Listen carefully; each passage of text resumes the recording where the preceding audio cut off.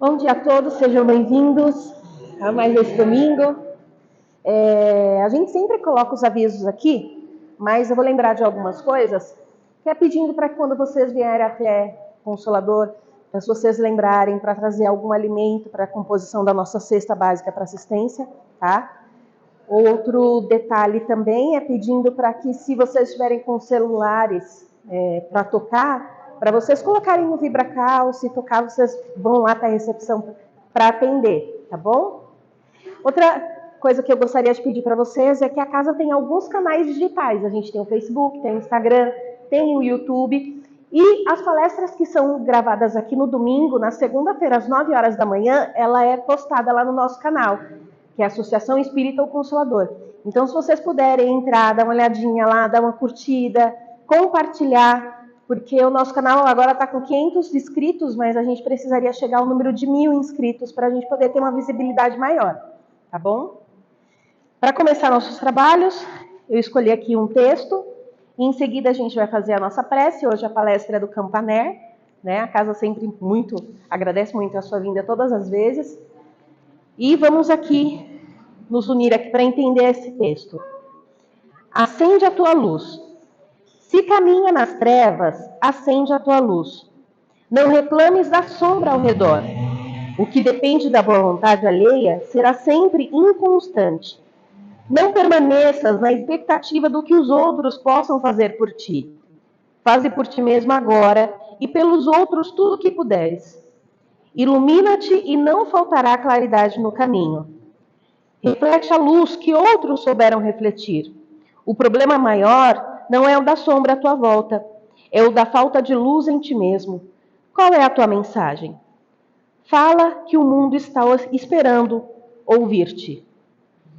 Bem bonita a mensagem, que fala simplesmente sobre o fato de nós sermos capazes de ser luzes para nós e para os outros.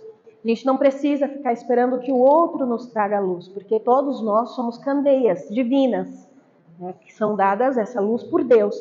Então, todos nós somos capazes de iluminar a nós e a todos que estão à nossa volta. Não percamos tempo observando o outro, o que o outro está fazendo, ou esperando que o outro faça por nós o que nós podemos fazer. Então, agora com esse pensamento, vamos nos unir e agradecer a Deus por mais essa oportunidade, por este dia, pela possibilidade de vir até esta casa para aprender um pouco mais sobre o Evangelho de Jesus. Pedimos à espiritualidade amiga que esteja conosco e que possamos acompanhar o pensamento, que a espiritualidade nos oriente, nos ilumine e que possamos assim levar este aprendizado para os nossos lares, para os nossos trabalhos, para os momentos em que sentirmos qualquer dificuldade. Que sejamos luz em todos os pontos onde estivermos. Que o amor do Cristo esteja sempre presente em nossos corações, para que Ele transborde em nós e alcance todos aqueles a quem amamos e a quem temos qualquer tipo de dificuldade. Que a espiritualidade amiga ilumine o Campaner e que tenhamos uma palestra iluminada. Que assim seja, graças a Deus. Bom dia a todos. Bom dia. Uma alegria imensa retornar a esta casa, que sempre nos acolhe com tanto carinho, com tanto amor, e que Jesus possa nos abençoar nesta manhã radiosa. Hoje nós vamos falar sobre os milagres de Jesus à luz da doutrina espírita. Antes de começarmos, eu quero fazer uma perguntinha. Alguém aqui precisa de um milagre? Precisam? Acho que não, viu? Só a moça aqui que precisa, ninguém mais, né? Ninguém precisa de milagre. Vou repetir, alguém precisa de algum milagre aqui? Eu vou levantar as duas mãos, porque eu preciso de muito. Uma mão só é pouco. Todos nós precisamos de um milagre. Então vamos ver o que a doutrina espírita nos explica sobre os milagres do Cristo. O Espiritismo ensina que sempre há uma explicação plausível para os acontecimentos e que tudo ocorre dentro das leis naturais. Assim, não existe um milagre na acepção da palavra. Aí eu pergunto se vocês precisam de um milagre. Eu mesmo preciso de um milagre e eu falo que o milagre não existe. Que coisa chata, né? Por que que o milagre não existe? Quando a gente traz uma definição de milagre, na nossa concepção, a gente imagina algo sobrenatural, algo impossível de ser feito e que alguém fez. É assim que a gente visualiza o milagre. Partindo dessa premissa, o milagre não existe, porque todos nós somos regidos por leis naturais da vida, leis criadas por Deus. E tudo o que acontece no universo estão sujeitos a essas leis. E Deus, em momento algum, vai derrogar suas leis para atender uma pessoa ou outra. Então, todos nós vamos passar por todas as experiências plausíveis, mas sempre caminhando dentro dessas leis naturais. Então, quando Jesus praticava seus milagres, acontece que ele via coisas que nós não víamos. Ele entendia de coisas que nós não entendíamos, mas que estavam tudo sujeito às leis naturais da vida, que hoje o Espiritismo nos explica. Os fatos que os evangelhos relatam e que foram até hoje considerados milagrosos pertencem, na sua maioria, à ordem dos fenômenos psíquicos, isto é, os que têm como causa primária as faculdades e os atributos da alma. Quando Jesus praticava os milagres, as ações que ele praticava não estavam sujeitos às leis do plano físico, e sim às leis do plano psíquico ou espiritual. São fenômenos psíquicos, são fenômenos espirituais. São fenômenos que a gente, na época, não conseguia entender. E ainda hoje, passaram-se mais de 2000 anos, poucas pessoas ainda entendem esses fenômenos e ainda delegam eles às questões do sobrenatural. Sempre que acontece um fenômeno psíquico, nós precisamos primeiro eliminar todas as possibilidades físicas da explicação.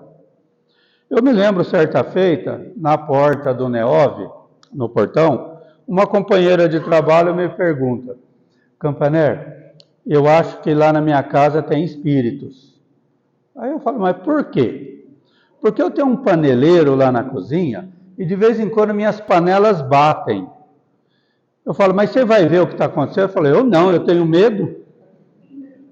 Que espírito é essa, né? Que tem medo de espírito. Claro que aqui nós espíritas não temos medo de espírito, né?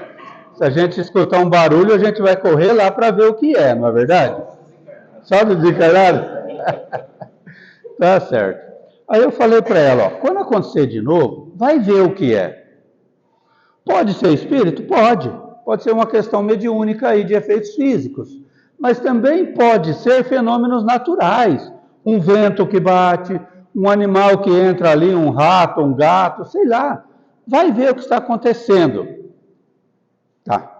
Passou uma semana, ela me procura. Campanella, era um gato.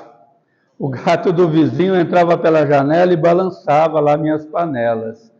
Falei, pois é. Todas as vezes que nós vermos uma questão espiritual acontecendo, primeiro vamos tirar as possibilidades físicas, para depois partirmos para os fenômenos espirituais. Com certeza, a grande maioria desses fenômenos serão naturais, serão físicos. É que a nossa imaginação é muito fértil, né? E a gente já vai logo para o sobrenatural. Vamos falar um pouquinho de Jesus. Jesus é um espírito mais evoluído, puro, perfeito, dotado de um imenso amor pelas criaturas e uma enorme vontade de ajudar. Estava apto a realizar tantas curas, essas perfeitamente explicáveis à luz do Espiritismo. Primeiramente, quando a gente vai analisar um pouco Jesus, nós devemos ter em mente quem ele é. Olha, para termos uma noção de quem ele é, quando o planeta Terra foi criado, Jesus já era Jesus. Já era esse espírito evoluído que nós conhecemos.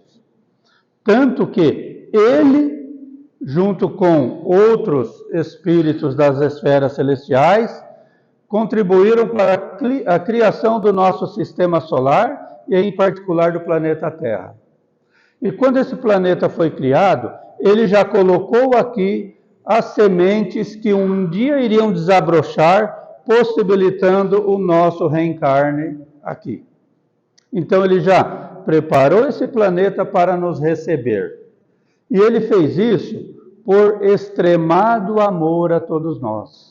Ele tem um imenso amor por todos nós. E olhando do ponto de vista do Cristo para a Terra, na época que ele veio, ele viu que nós estávamos como crianças perdidos, caminhando por um caminho de trevas e sofrimento. E ele deve ter pensado, eu vou lá dar uma direção para esse povo. Mas por que ele veio? Ele não precisava vir, mas ele veio pelo amor que ele tinha por nós. Ora, fazer os milagres que ele fez aqui não é nada, comparado a esse amor que possibilitou a vinda dele aqui. Porque para reencarnar, ele teve que passar por terríveis modificações do seu perispírito. Porque nas esferas celestiais, o seu perispírito é tão sutil que nada se compara com o que conhecemos hoje. E ele teve que materializar seu perispírito com as energias do nosso planeta para chegar aqui. E isso demandou mais de 1000 anos de preparação. Veja o amor que ele tem por nós para passar por todo esse sofrimento. E aí aqui ele chegou e precisava chamar a atenção para a sua obra, para que ele pudesse fazer as modificações do ponto de vista de ensinamento para nós. E a melhor forma de chamar a atenção foi fazendo os milagres. Não é assim que chama a atenção? Coloca uma placa ali fora, falando assim, o Consolador tem trabalho de cura. Vocês vão ver a fila aí lá em cima, do lado de lá do cemitério, de tanta gente querendo. Por quê? Porque isso chama atenção. Então ele praticava as curas, não para mostrar a sua evolução, mas para chamar a atenção ao principal objetivo da sua vinda, que foi trazer o seu evangelho. Jesus possuía uma imensa quantidade de fluidos espirituais, que lhe conferiam uma imensa força magnética, potencializada pelo seu enorme amor às criaturas, traduzindo-se sempre em ações do bem. Nós somos seres energéticos. Todos nós temos energias. Todos nós.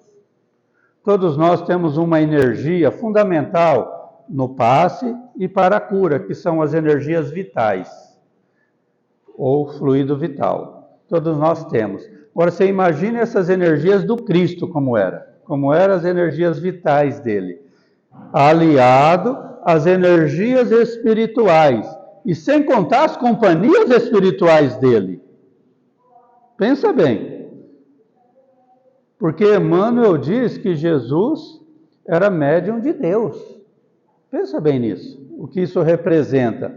Então veja as energias espirituais e energias vitais que o Cristo tinha. E ele potencializava essa energia com as várias mediunidades que ele tinha para atender às necessidades daquele povo e para chamar a atenção, através da cura, às pessoas que ali viviam. Pessoal, tem bastante cadeira vazia, tá? Fiquem à vontade. Os fluidos são o princípio elementar de tudo na natureza. Jesus, evoluído como manipulava esses fluidos pela força do seu pensamento e, assim, pôde promover todos os efeitos que realizou, atendendo e curando todos aqueles que o procuravam desesperados, em busca de uma solução para os seus males. No universo, existem três coisas, se é que eu posso chamar Deus de coisa, né? Existe Deus, Espírito e matéria. Deus criou o Espírito e a matéria. A matéria ele criou como fluido universal, ou fluido cósmico. É uma energia em que o universo está imerso, todo o universo. E essa energia é suscetível de modificações. Então Jesus, conhecedor dessas energias, conhecedor de como produzir essas modificações, ele manipulava essas energias para promover as curas que ele realizava. Imagine o cego, quando ele pega do chão o barro, gospe no barro, mexe ele e coloca no olho do cego. Deixa um tempo e pede para o cego lavar o olho. Quando lava, ele está enxergando. O que tinha ali? Energias materiais da terra, que é o barro. Quando ele sopra, as energias vitais dele, mais as energias espirituais ali colocadas. E ele manipulou todas essas energias para promover a modificação física no olho do cego, para que ele pudesse enxergar. Veja, ele conhecia tudo isso. Por isso, ele praticava aquelas curas.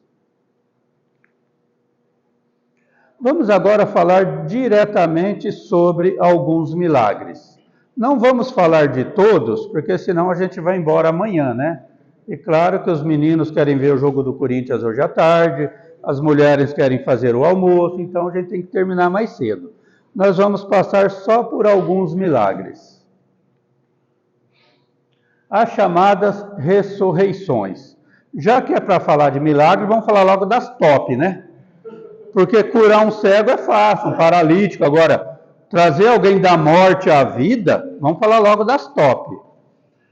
Foram 3 milagres de ressurreição. A filha de Jairo, Lázaro e o filho da viúva de Naim. Bom, vamos falar de Lázaro, que é o mais conhecido. Para começar, Lázaro não era um desconhecido de Jesus. Jesus conhecia Lázaro, conhecia sua família, que também frequentava a casa de Maria. Maria e Marta eram as irmãs de Lázaro. As mesmas que um dia Jesus estava na casa delas, e Marta aos pés de Jesus, sentada, ouvindo Jesus falar das coisas espirituais e de Deus, e Maria ali na cozinha preparando e lavando os alimentos. E Maria ficou chateada, falou, só eu trabalho? Marta fica ali na boa conversando com Jesus. Aí Maria fala, Jesus, fala para Marta vir me ajudar. E Jesus fala, acalma seu coração, Maria. Marta ficou com a parte boa. Ou seja, Marta ficou com as coisas espirituais, enquanto Maria, sua irmã, estava preocupada com as coisas da matéria. Às vezes nós somos assim, não somos? Ao invés de nós nos preocuparmos com as coisas do Espírito, porque é imortal, é eterno, nós nos preocupamos com as coisas da matéria, que tem um fim. Mas também as coisas da matéria merecem importância, mas não mais do que as coisas espirituais. Então, para vocês verem que Jesus já conhecia a família. E Jesus estava naquele momento em outra cidade, pregando o seu evangelho junto com os apóstolos. Quando de repente ele para, chama os apóstolos, dá missões para eles, você vai fazer isso, você vai fazer aquilo, e fala, eu preciso voltar, porque Marta e Maria precisam de mim. Ele está em outra cidade, e ele volta. Chegando lá na casa de Marta e Maria, elas vêm ao encontro de Jesus. Jesus, se você estivesse aqui, Lázaro não teria morrido. E Jesus fala, calma seu coração, me leve até a sepultura. E eles vão até a sepultura, e aí uma multidão já acompanha. Chegando na sepultura, Jesus fala, retirem a pedra, porque a sepultura nada mais é do que uma caverna. E ali eles colocavam uma pedra. Retirando a pedra, Jesus começa a andar em direção à sepultura, quando Maria fala, mestre, não se aproxime, porque já cheira mal, já fazem 4 dias que ele morreu. Jesus continua, chega na entrada da sepultura e diz, Lázaro, levanta-te e saia. Se nós estivéssemos ali na multidão, a gente ia ver uma pessoa toda enfaixada, que nem uma múmia, porque era assim que eles sepultavam, e a gente ia sair correndo, né? Com medo daquela múmia que estava vindo. Mas aí, as pessoas vão, tiram a faixa, e Lázaro volta à vida. Vocês perceberam alguns detalhes? Jesus não tirou a pedra. Ele pediu para tirarem. Por que Jesus não tirou a pedra? Porque nós precisamos fazer as nossas coisas. As pedras da nossa vida somos nós que precisamos tirar. As pedras dos nossos vícios, as pedras dos nossos defeitos, as pedras das nossas tendências negativas, das nossas imperfeições, somos nós que precisamos tirar. E dessa forma, Jesus pediu para tirarem a pedra, porque ele não vai fazer o nosso esforço, ele vai fazer o nosso milagre junto conosco. Mas nós precisamos fazer a nossa parte, sempre. Se nós não fizermos a nossa parte, ele não fará por nós. Porque toda dor, todo sofrimento, toda doença tem uma causa. Não tem uma causa? E qual é essa causa? Essa causa está em nós. Normalmente uma doença nasce das nossas imperfeições, sejam elas físicas ou morais. E quando nós praticamos as nossas imperfeições, nós vamos contaminando o nosso equilíbrio energético, desequilibrando nossas energias, desequilibrando nossos plexos no corpo físico e centros de forças no perispírito. E a partir daí, as doenças começam a surgir. E quando nós vamos buscar a cura, seja no médico, ou seja na espiritualidade, nós precisamos de alguma forma eliminar essa causa. senão a cura não chega. Por exemplo, uma pessoa que tem uma doença de fígado por causa do alcoolismo. Qual a primeira coisa que o médico fala? Você precisa parar de beber. Não é a primeira coisa que o médico fala? Se você não parar de beber, não adianta tomar remédio. A doença vai continuar. Se a pessoa tem um enfisema pulmonar por causa do cigarro, qual a primeira coisa que o médico fala? Para de fumar. E isso vale para as outras coisas.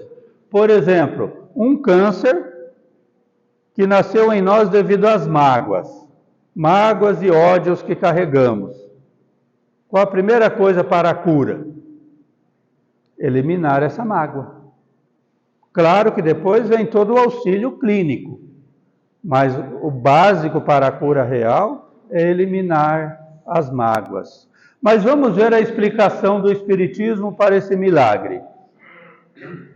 À luz do Espiritismo, a explicação clara para esses 3 eventos dá conta de que os 3 personagens envolvidos sofriam de catalepsia, doença pela qual a vítima apresenta estar morta, por não serem percebidos sinais vitais, o que à época era comum.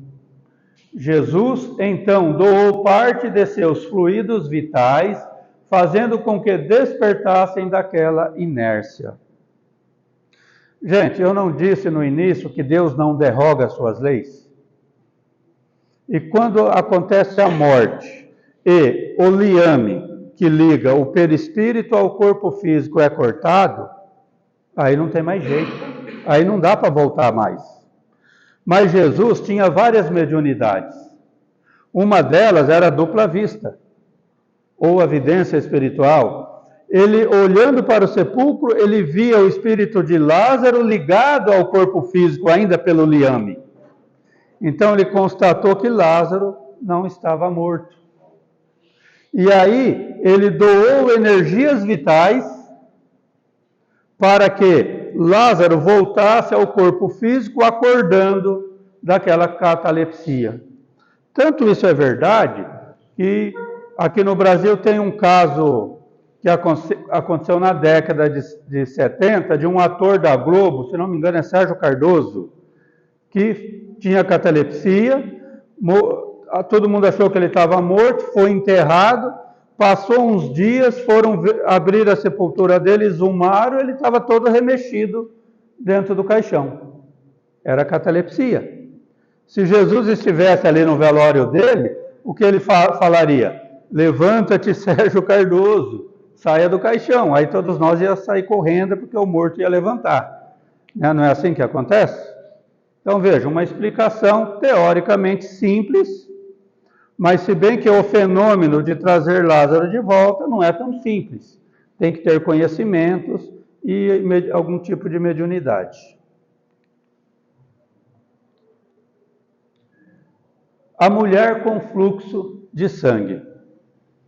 Havia uma mulher que estava com fluxo de sangue, ou seja, uma menstruação contínua, há 12 anos.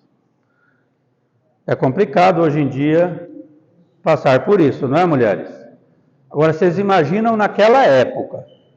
Naquela época, a mulher, quando estava menstruada, era considerada impura. É a cultura da época. Não podia tocar nenhum homem. Se tocasse algum homem, ou algum homem a tocasse, ele também era considerado impuro. E deveria lavar-se em água corrente para retirar aquela impureza. E a mulher ainda não podia, nessa época, quando menstruada, sentar à mesa com a família, para que a família não ficasse impura. Essa era a cultura da época. Agora, essa mulher estava há 12 anos. Pensem bem a condição psicológica dessa mulher. A baixa autoestima, o sofrimento moral que ela vivia, sem contar o sofrimento físico, a anemia que ela devia estar, por 12 anos nessa situação. E aí ela soube de Jesus.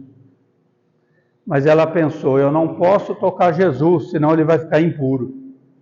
Eu não posso entrar na multidão ali, tocando nas pessoas, porque senão vão me apedrejar. Mas ela pensou, se eu tocar a túnica dele, eu vou me curar. E ela foi no meio da multidão, rastejando no chão, engatinhando, e tocou a túnica de Jesus. Neste momento, Jesus para e pergunta, quem me tocou? Aí um dos apóstolos diz, mas mestre, todos estão aqui te tocando, te empurrando, sacudindo. Olha a multidão. Ele diz, não, alguém me tocou, eu senti sair de mim virtudes. Olha, isso é muito sugestivo. Eu senti sair de mim virtudes. Ele podia naquela época falar, eu senti sair energias de mim? Não, porque ninguém sabia o que era energia. Mas virtudes o povo entendia. E aí ele olha para baixo, vê a mulher ali, e a mulher fala, mestre, desculpe, fui eu que toquei as suas vestes. Mas fique tranquilo, eu não toquei você não está impuro. Jesus agacha, ajoelha-se ao lado dela, coloque seu rosto entre as mãos e diz, quem dera as pessoas tivessem a tua fé. A tua fé te curou. Como aconteceu esse milagre? Conhecendo em si mesmo a virtude que dele saíra, são significativas. Exprimem o movimento fluídico que se operara de Jesus para a doente. Ambos experimentaram a ação que acabara de produzir-se. Jesus doou, sem saber, energias, fluidos espirituais e vitais. Como ele tinha essa sensibilidade de sentir sair dele, ele percebeu saindo dele essas energias. Agora tem o lado da pessoa que recebeu. A fé dessa mulher era imensa, que só em tocar as vestes ela conseguiu extrair energias do Cristo, mesmo sem ele perceber, só na hora que saiu que ele se deu conta. Então foi uma comunhão de doador e receptor de energias. Guardadas as devidas proporções, é isso que acontece na câmara de passe. Nós entramos ali para receber o passe, buscando algum tipo de cura, seja física, seja moral, e aí o médium vai doar energias e o paciente vai receber. Para que a cura ocorra, precisa haver uma comunhão de sentimentos, de emoções, para que um doe e o outro receba. E eu já presenciei muitas curas acontecendo dentro da sala de passe. Não na primeira vez, que nós não temos essa energia que o Cristo tem de, numa imposição da mão, já promover a cura. Mas ao longo de várias semanas, várias sessões de passe, eu já vi câncer ser curado, esporão calcâneo ser curado, eu já vi pessoas com tímpano furado ser curado, tudo isso na sala de passe, através de várias sessões de passe. Dupla vista. Várias foram as vezes em que Jesus demonstrou ter a dupla vista. Entrada de Jesus em Jerusalém, beijo de Judas, pesca milagrosa, a vocação de Pedro, André, Tiago, João e Mateus, são todas as situações em que Jesus, através da dupla vista, promoveu aquele dito milagre. Vamos falar da pesca milagrosa. Pedro e seus irmãos pescaram a noite inteira. Aliás, não pescaram nada a noite inteira, só estavam pescando e não pegaram nada. Ao aportar o barco de manhã cedo, encontram Jesus. E Jesus diz: coloquem de novo as redes no barco e vamos pescar. Mas, mestre, diz Pedro, estamos no mar a noite inteira e não pegamos nada. Vamos, me obedeçam. Eles voltaram para pescar. Chegou em determinado lugar, Jesus disse: joguem a rede. Pegaram tanto peixe, mas tanto peixe, que quase o barco virou. Jesus colocou os peixes lá? Não, eles já estavam lá. Jesus, através da dupla vista, enxergou lá dentro e viu aquele cardume de peixe. Hoje em dia, nós damos um nome para isso. Os barcos hoje têm um aparelho chamado sonar. E o sonar vê o movimento lá embaixo do mar, ou da água, do rio, vê os peixes se movimentando. Aí, através do sonar, os barcos param para pescar. E Jesus tinha um sonar próprio dele, chamado dupla vista. Neste caso, Jesus viu com os olhos do Espírito onde estavam os peixes em abundância, e para lá mandou os pescadores. A esse fenômeno dá-se o nome de dupla vista, ou segunda vista. Tá? Então é simples assim, ele tinha essa mediunidade. Eu não sei se já aconteceu com vocês de verem alguma coisa. Você está com o olho fechado e vê alguma coisa. Ou seja, você está enxergando com os olhos do Espírito. Mas aí você fica com medo, porque nós somos medrosos, né? Espírita medroso eu nunca vi, né? Mas a gente fica com medo, abre o olho e continua enxergando. Isso significa que estamos enxergando com os olhos do Espírito e não com os olhos físicos. Possessos. Possessos são aquelas pessoas que ficavam mediunizadas e, através dessa mediunidade, vinham os espíritos se manifestarem. Como que Jesus praticou essa cura? Porque, apresentado o Filho aos apóstolos, os apóstolos não conseguiram curar. E aí aquele pai apresentou o filho a Jesus, e Jesus só disse: saiam desse corpo. Eles foram embora, restituindo a saúde e a consciência àquele rapaz. Como isso acontece? A imensa superioridade do Cristo lhe dava tal autoridade sobre os espíritos imperfeitos, chamados então demônios, que lhe bastava ordenar se retirassem para que não pudessem resistir a essa injunção. Nós iniciamos falando de quem era Jesus, aquele espírito super evoluído, que inclusive ajudou na criação do planeta, e que ele estava aqui pelo imenso amor que tinha para nós. Agora vocês imaginem a autoridade moral dele. A autoridade moral de Jesus era tão grande, que um senador romano chamado Públio Lentulus foi conversar com Jesus. Quando chegou diante do Cristo, olhou nos olhos dele, não suportou esse olhar, ajoelhou-se e chorou. Tal a autoridade moral de Jesus.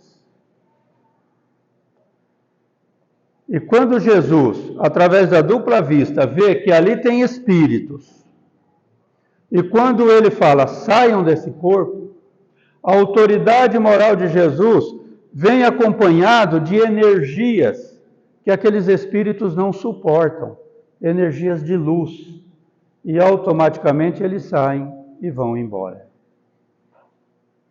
Então vejam, foram fenômenos que Jesus praticou, chamados de milagres, porque não era usual as pessoas fazerem aquilo, mas que tudo estavam sujeitos às leis naturais da vida.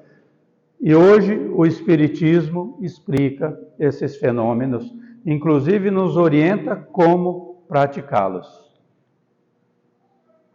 Podemos fazer os milagres que Jesus fez? O que vocês acham? Nós podemos? Não? Vamos deixar Jesus responder, tá? Na verdade vos digo que aquele que crê em mim também fará as obras que eu faço e as fará maiores do que estas. Jesus disse que nós podemos fazer o que ele fez. E mais, podemos fazer mais do que ele fez. Se Jesus disse que nós podemos, nós só devemos acreditar. Ter a fé daquela mulher,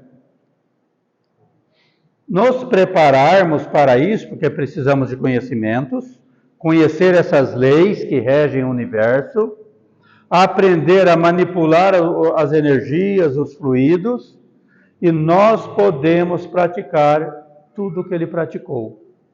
Porque Jesus não é um espírito eleito de Deus, não. Toda a criação de Deus é eleito de Deus. Todos os seres do universo são eleitos de Deus. Até os demônios são eleitos de Deus, porque também são filhos de Deus. Todos nós, através das sucessivas reencarnações, vamos evoluindo. E um dia nós estaremos também nas esferas crísticas, nas esferas celestiais. Um dia nós seremos tão evoluídos quanto Jesus foi um dia. Só que quando nós chegarmos no nível de Jesus, ele já estará acima, porque ele continua nesse processo evolutivo. Mas nós também podemos, basta acreditar nisso. Para encerrarmos, olha só o convite do Cristo para nós. Restituí a saúde aos doentes, ressuscitai os mortos, curai os leprosos, expulsai os demônios. Dai gratuitamente o que gratuitamente haveis recebido. Jesus fala, primeiro que nós podemos fazer o que ele fez, e depois ele nos convida a fazer. Mas ele nos dá uma advertência, dar de graça aquilo que de graça recebeis. Porque todos esses dons espirituais que vão nos auxiliar a promover esses milagres que ele fez, nós estaremos recebendo de graça, por acréscimo de misericórdia do Pai Celestial. E devemos dar de graça também, sob pena de perdermos esses dons adquiridos. Muito obrigado pela paciência de nos ouvirem nesta manhã e que possamos ter um excelente domingo. Prece?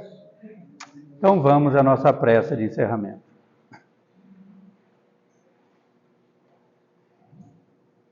Senhor Jesus, Mestre amado, é comum, como eternos pedintes, em nossas orações nós pedirmos por nós, pelos amigos, parentes, pelos sofredores.